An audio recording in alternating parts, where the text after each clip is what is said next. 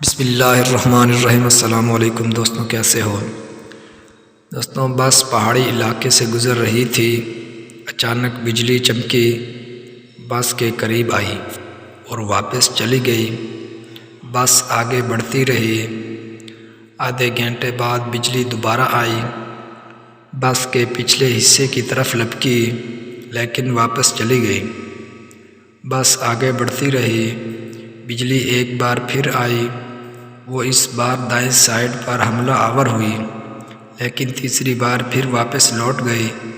Driver سمجھدار تھا، اس نے گاڑی روکی اور اونچی آواز میں بولا، بھائیوں، بس میں کوئی گناہ گار سوار ہے، یہ بجلی اسی تلاش کر رہی ہے، ہم نے اگر اسے نہ اتارا تو ہم سب مارے جائیں گے۔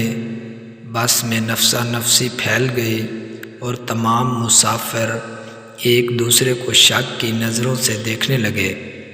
ڈرائیور نے مشورہ دیا، سامنے پہاڑ کے نیچے درخت ہے، ہم تمام ایک ایک کر کے اترتے ہیں اور درخت کے نیچے کھڑے ہو جاتے ہیں، ہم میں سے جو گناہ گار ہوگا بجلی اس پر گر جائے گی اور باقی لوگ بچ جائیں گے۔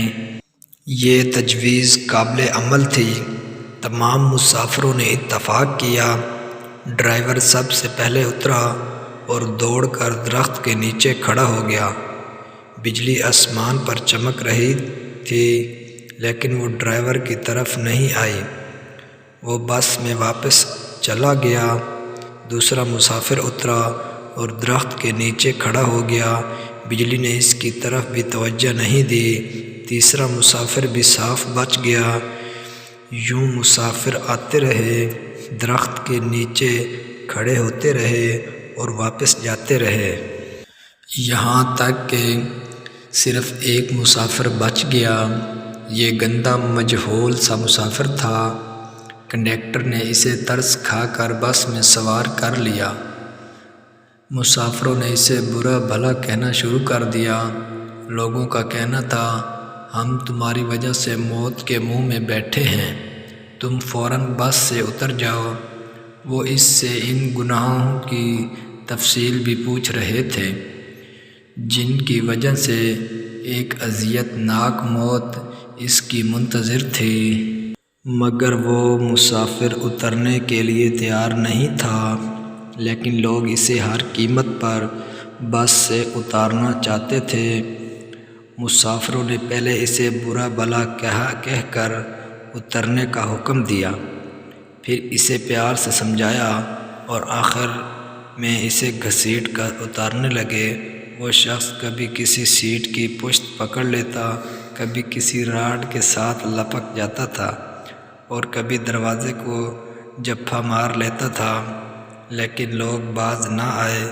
انہوں نے اسے زبردستی گھسیٹ کر اتار دیا۔ ڈرائیور نے بس چلا دی۔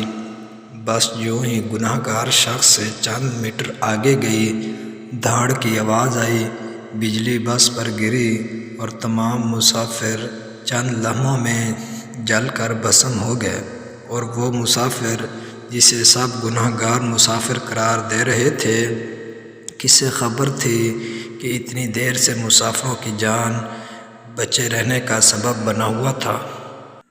ہم نہیں جانتے کہ ہم کن لوگوں کی وجہ سے زندہ ہیں، ہم کن کی وجہ سے کامیاب ہیں، اور ہم کن کی بدولت محلوں میں زندگی گزار رہے ہیں۔